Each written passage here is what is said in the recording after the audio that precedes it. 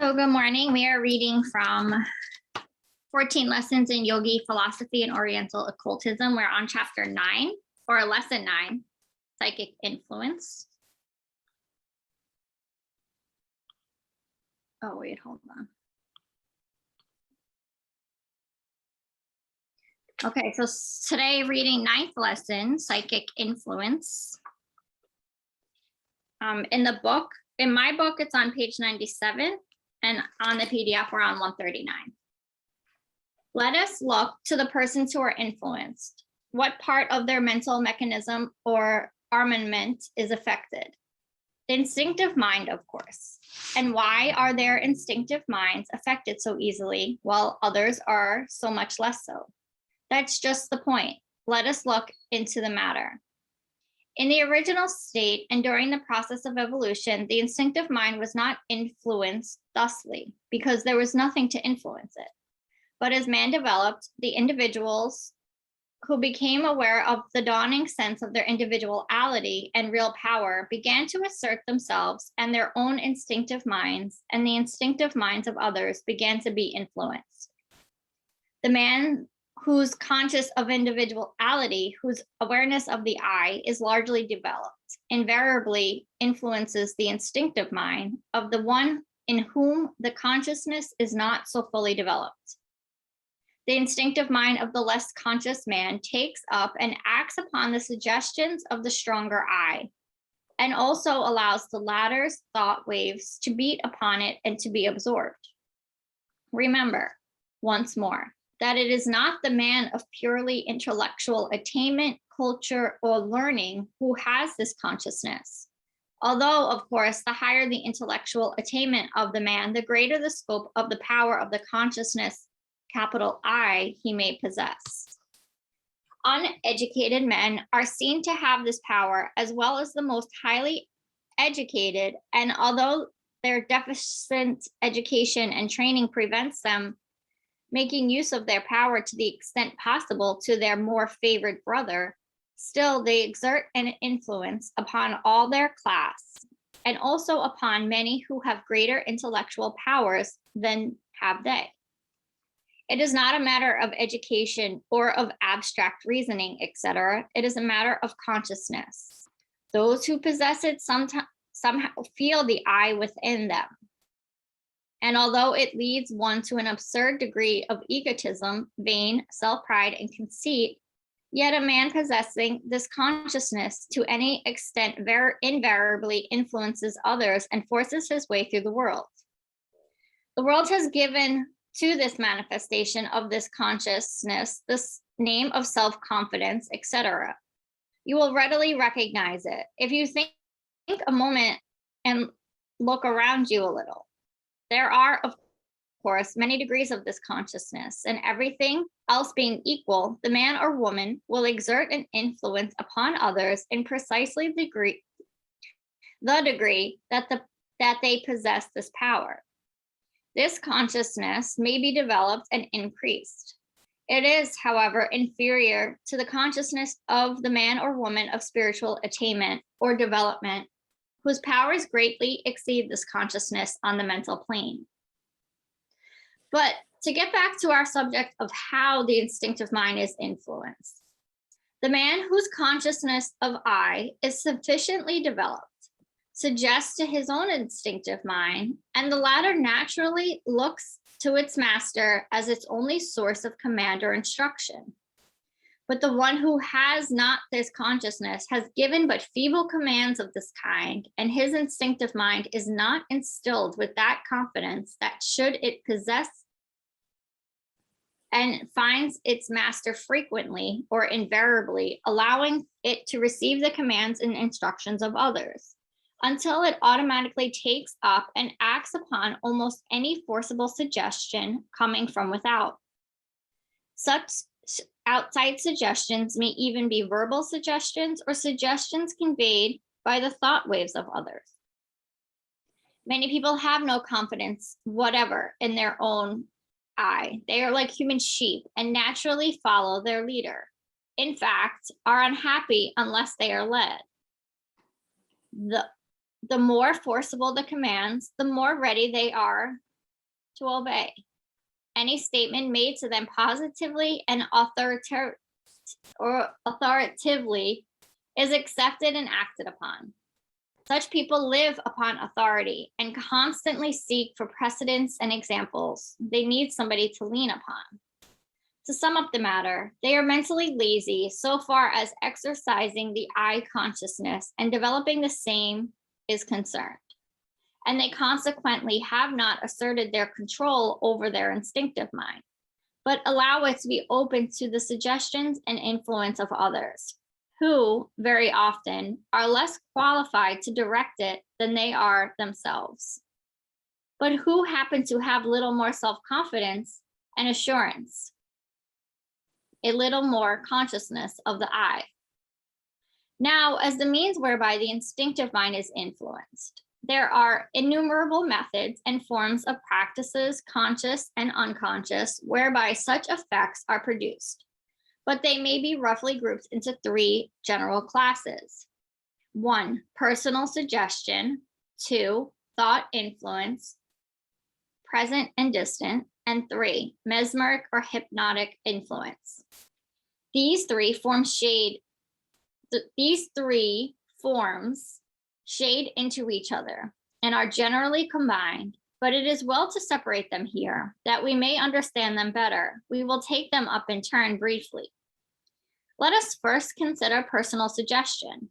As we have said, this is most common and is constantly practiced more or less by all of us, and we are all more or less affected by it.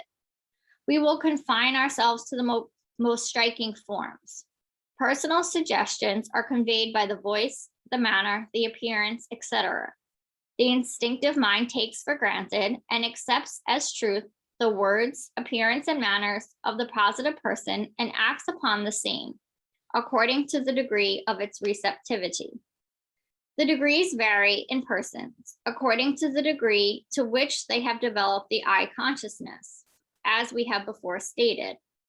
The greater the amount of the I consciousness, the less the degree of receptivity, unless the person is tired, his attention is distracted, is off his guard, or voluntarily opens himself to the influence of the other's mind or words. The more positive or authoritative the suggestion, the more readily it is taken up by the receptive instinctive mind. Suggestion affects a person not through his intellect, but through his instinctive mind. It operates not by argument, but by assertions, demands, and commands. Suggestions gain force by being repeated, and where one is not influenced by a single suggestion, repeated suggestions along the same lines have a much greater power. Some persons have cultivated such a proficiency in the art of suggestion that one has to be on his guard not to unconsciously accept some of the subtle suggestions insinuated into the conversation. But one who realizes the I consciousness, or better still, the real self and its relation to all, has no need to fear the power of the suggestionist, as the suggestions will not be able to penetrate his well-guarded instinctive mind, or even if it does lodge around the outer surface of the mind, it will soon be detected and discarded with a smile of amusement. But a word of caution: be on your guard toward those who attempt to lead you not by argument or reason, but by assertion, pretended authority, plausible manner, and a general taking it for granted way with you. Also, keep your eye on those who ask you questions and answer them in advance for you. Thus, you like this pattern, don't you? This is what you want, isn't it? Suggestion and assertion go hand in hand. You can generally tell a suggestion by the company it keeps. Secondly, let us consider thought influence, present and distant. As we have stated in previous lessons, every thought results in the projection of thought waves of greater or lesser strength, size, and power. We have explained how these thought waves are sent forth and how they are received by another individual. We are all receiving thought waves at all times, but comparatively few affect us as they are not in harmony with our own thoughts, moods, character, and tastes. We attract to our inner consciousness only such thoughts as we in harmony with our own. But if we are of a negative character and allow our instinctive mind to go without its proper master and become too receptive, we are in danger of having it accept, assimilate, and act upon the passing thought waves surrounding us. We have explained the action of the thought waves in other lessons, but we did not point out this phase of the matter, preferring to take it up here. The unguarded, instinctive mind is not only affected by all sorts of passing thought waves, which are floated down to it, but it is also peculiarly liable to be affected by a strong, positive, conscious thought wave directed toward it by another who wishes to influence its owner. Everyone who is trying to influence another person for good or evil unconsciously throws off thought waves of this kind with greater or less effect. And some who have learned some of the rudimentary occult truths have prostituted them into black magic, consciously and deliberately send thought waves toward persons whom they wish to influence. And if the instinctive mind is unguarded by its proper master, it is more or less apt to be affected by these efforts of selfish and malicious minds. The tales of witchcraft days are not all mere delusions and superstitions, but underneath the exaggerated reports and tales may be found a great foundation of occult truth, readily recognized by the advanced occultist as rudimentary occult power prostituted into black magic. All the combined black magic or witchcraft in the world could not affect the man or woman who possessed the higher form of consciousness, but one of a fearful, superstitious turn of mind with little or no self-confidence or self-reliance would be apt to have an instinctive mind ready and ripe for the entrance of such hurtful thought waves or thought forms. All the conjurations, spells, etc. of the voodoos, witches, conjurers, etc., have no efficiency beyond the thought sent out with their use. And the thought is made more powerful because it is concentrated by means of the rites, ceremonies, spells, images, etc. of the unholy devotees of black magic. But it would be just as powerful if concentrated by some other means. But no matter how concentrated or sent forth, it can have no effect unless the instinctive mind is ready to receive and assimilate it and act upon it. The man or woman who knows need have no fear of these practices. In fact, the very reading of this lesson will clear away from many minds the receptivity which might have or has had allowed them to be influenced to a greater or lesser extent by the selfish thought of others.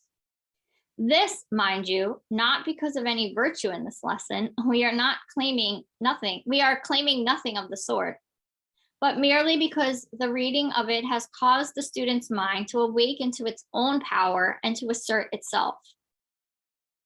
Remember, the mind attracts only such thoughts as are harmonious with its own thoughts, and the instinctive mind is influenced against its own interests only when its owner has admitted his own weakness and lack of ability to master and guard it.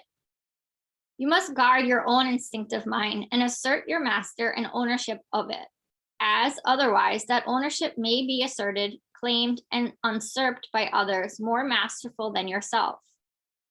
You have the strength and power necessary within you, if you but assert it. It is yours for the asking. Why don't you demand it? You may awaken the I consciousness and develop it by the power of assertion, which will aid in its unfoldment. We will have more to say on this point in the following pages. We will now consider the third form of psychic influence, which is known as mesmerism, hypnotism, etc. We can merely touch upon that subject here, as its varied forms and phenomena would fill books if spread out. But we think we can make it clear to you in a few words, as you have followed our thoughts in this and the preceding lessons. The first thing to remember is that mesmerism or hypnotism is but a combination of the two methods just mentioned, plus a greater amount of prana projected with the personal suggestion or thought wave. In other words, the suggestion or thought wave becomes charged with prana to a greater degree than is ordinarily the case, and becomes as much stronger than the ordinary suggestion or thought wave, as a thought form is stronger than an ordinary thought wave. In short, mesmerism or hypnotism is practically the bathing of the person in a flow of thought forms, kept stimulated and active by a constant supply of prana, which has in such cases often been called the mesmeric fluid. And another thing to remember is that no person can be mesmerized or hypnotized unless his instinctive mind is unguarded or without its proper master, unless the person agrees to be mesmerized and actually consents to it. So that in the end, it comes down to the fact that no person need be mesmerized or hypnotized unless he is willing or unless he believes that he may be, which is the same thing in the end. Mesmerism has its uses in the hands of the advanced occultist who understands its laws, but in the hands of those ignorant of its proper use, it is a thing to be avoided. Be careful about allowing yourself to be hypnotized by the ignorant pretender. Assert your own power, and you may accomplish for yourself all that anyone else can on the same plane. We have in the brief space at our disposal touched upon the various forms of psychic influence and may have an opportunity at some future time of going deeper into the subject with you. But we trust that we have said enough to give you at least a general knowledge of the subject and have at the same time given you a timely warning and caution.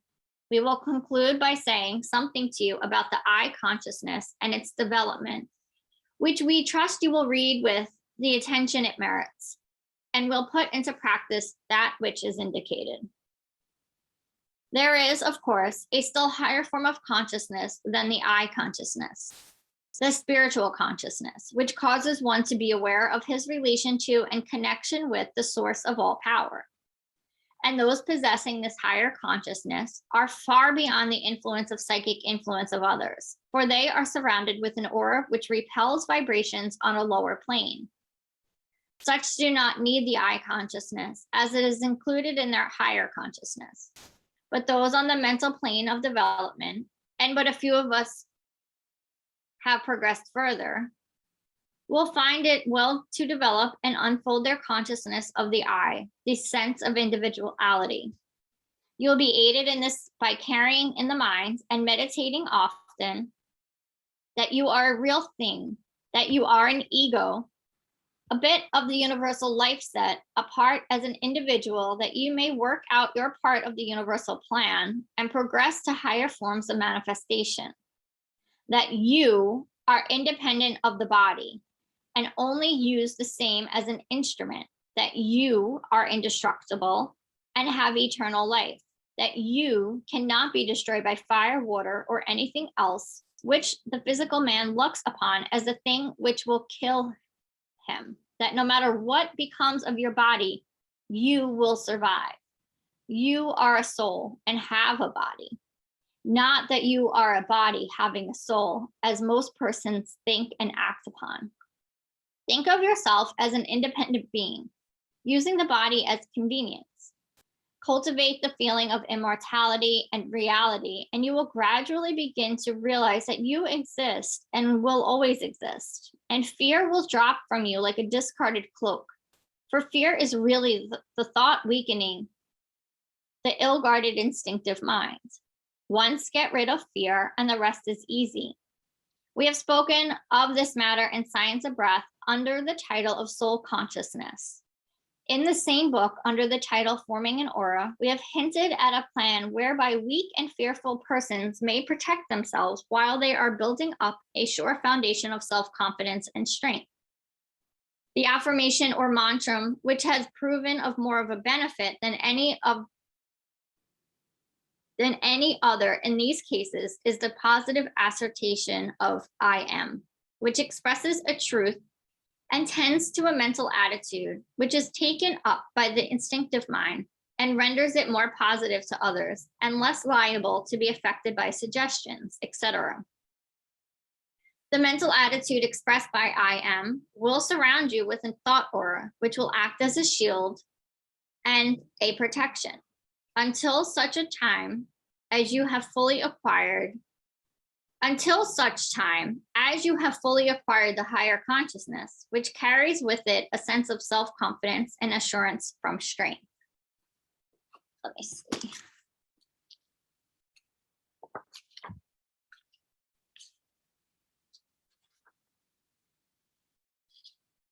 I think I'll pause here.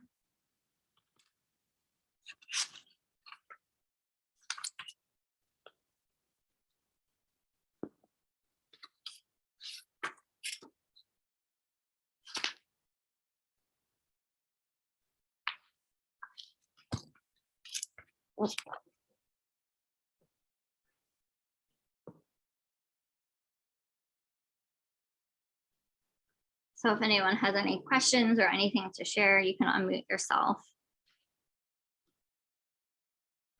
I remember reading this chapter the first time. I mean, just on 2 pages, I have like everything highlighted because I thought it was so powerful.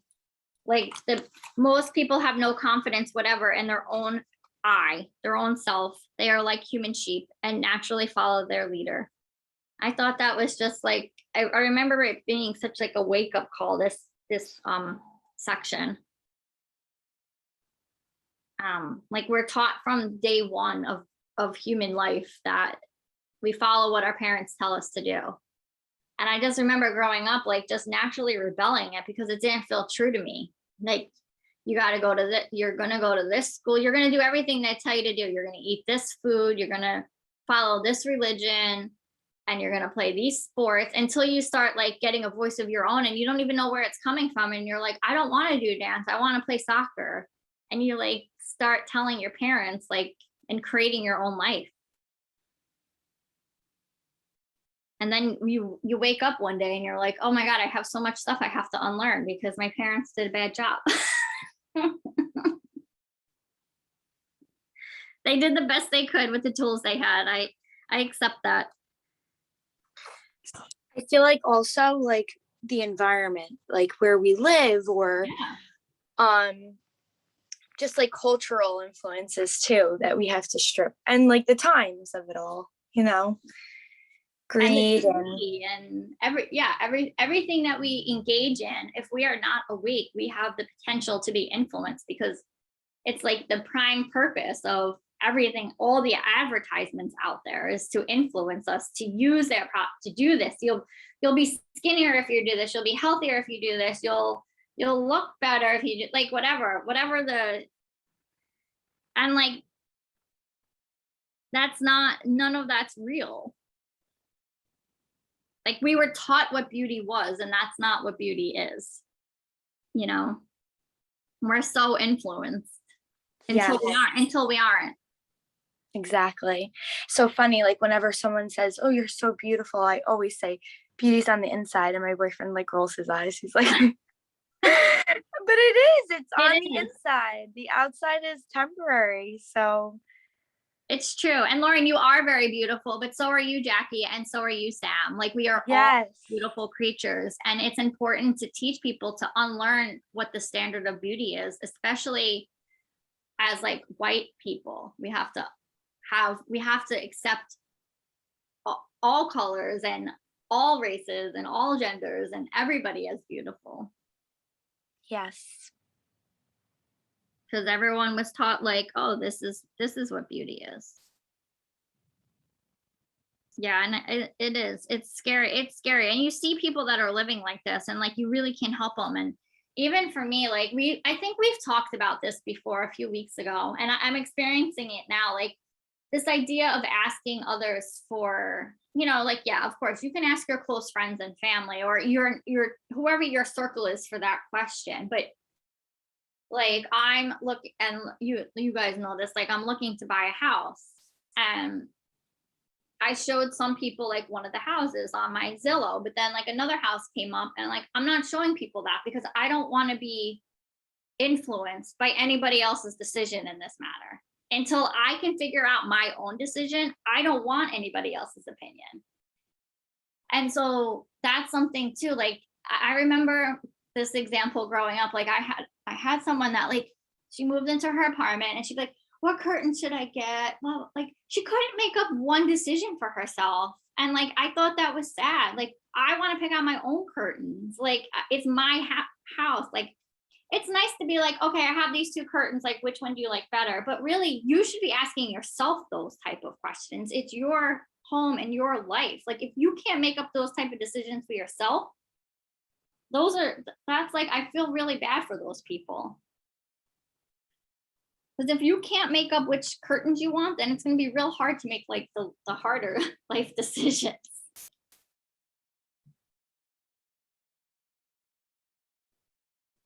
Yeah, a lot of people do that with baby names too. Yeah. Don't share it until the end.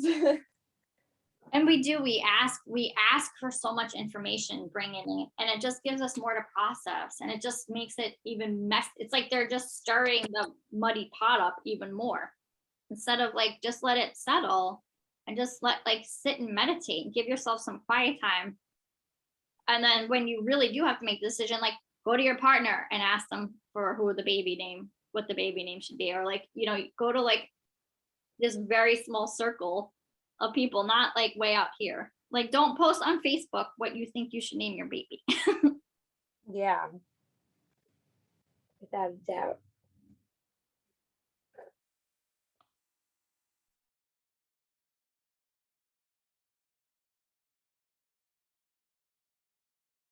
Yeah, and I think it goes back to that idea we talked about, I think last week, this like if we're just going to keep getting the same lessons we need to learn over and over again. And you're like that idea of like, why does this always happen to me? Like this always happens to me. Well, it's a pattern you have to break yourself. And if you're not making the decision and you're following someone else's suggestion, it's not to say it's a wrong suggestion, but maybe it's just not right for you because you're not the one making it. So I did enjoy this. And if you do, I'm sure they'll get into this. We'll get into this tomorrow for the mantra and the meditation, but the idea of inhaling I and exhaling am, or you can inhale Sat and exhale Nam while you're meditating.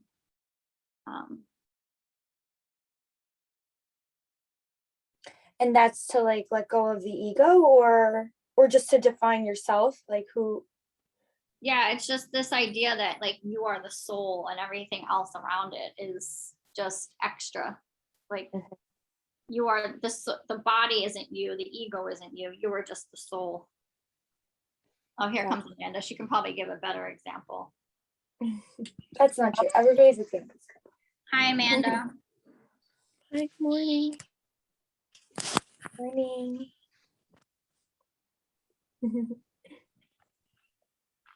We just had a nice chat on psychic influence. Well, here I go, like the power of suggestion. I thought it was nice. I don't want to put into words what Lauren and Sam. Oh, hi, puppy. Oh, you must have missed your puppy so much, Jackie. Aww. Here I am with the power of suggestion, even just saying that. I've been catching myself doing it. Right. Like when I go to ask my friend something, instead of me putting the emotion into the question, I'm trying to, and it's a hard thing to unlearn. Yeah. Like I should have just said, how did you feel about not being around your dogs? I shouldn't have said, oh, you must have missed them so much. But you were right. I did. That's because you know me. I guess so. Lauren also got a new puppy last week. Aww. Yeah, maybe I'll go down and show him. Did you guys name the doggy yet? Yes, they named him JD. I'm not the hugest fan, and my boyfriend either, but it's not our immediate dog, so. But it's short for Jack Daniels. Oh my God, that's so funny. Yeah, I guess we didn't ask you for your input. You didn't get input. But he's adorable. Yeah, he is. He's very loving. It's so nice. Puppies are so sweet. Boys too. I don't know why. I don't know what it is about boys. I don't know. Girls are loving too. I know I keep seeing like people posting their puppies on Facebook, and I'm like, I just want another doggy so badly. When you nest, then I'm sure you will. I know you're an animal person. You'll get a dog. Oh yeah. You do.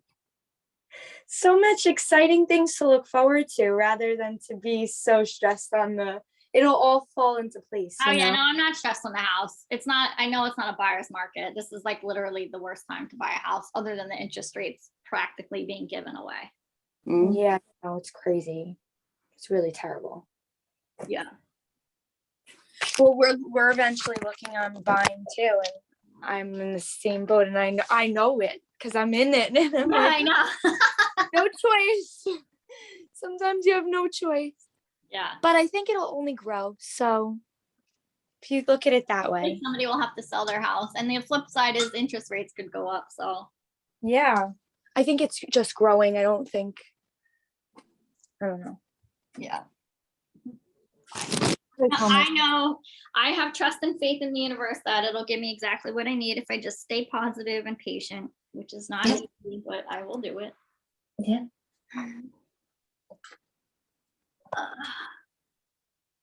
All right. I've been doing so much root chakra, and it's so funny. Like I've always hated the root chakra. Like I've just always avoided those poses, and it's so funny. Like I'm like, I crave it and I do it all the time because I know my body needs it. It's so weird. I don't know. I can't explain it. That's awesome. Yeah.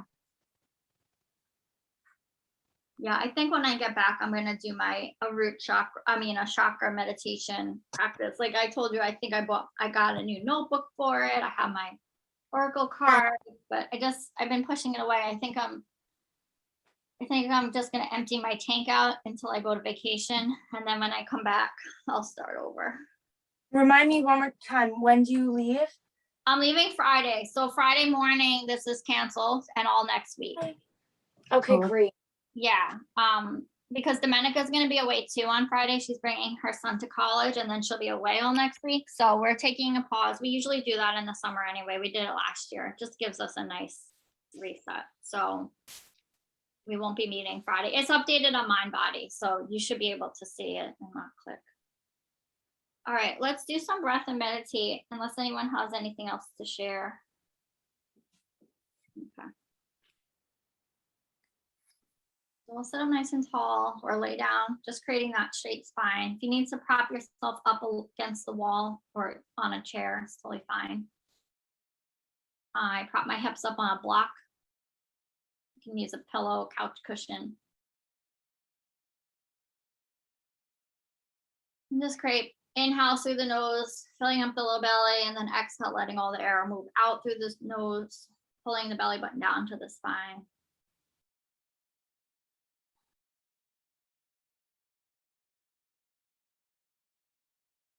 And even when we show up to this yoga practice, it's so important to know what you need too. So not just doing everything that I say this morning, but just starting to make choices for yourself, whether your eyes are closed or open, palms are down or up, maybe together in front of your heart.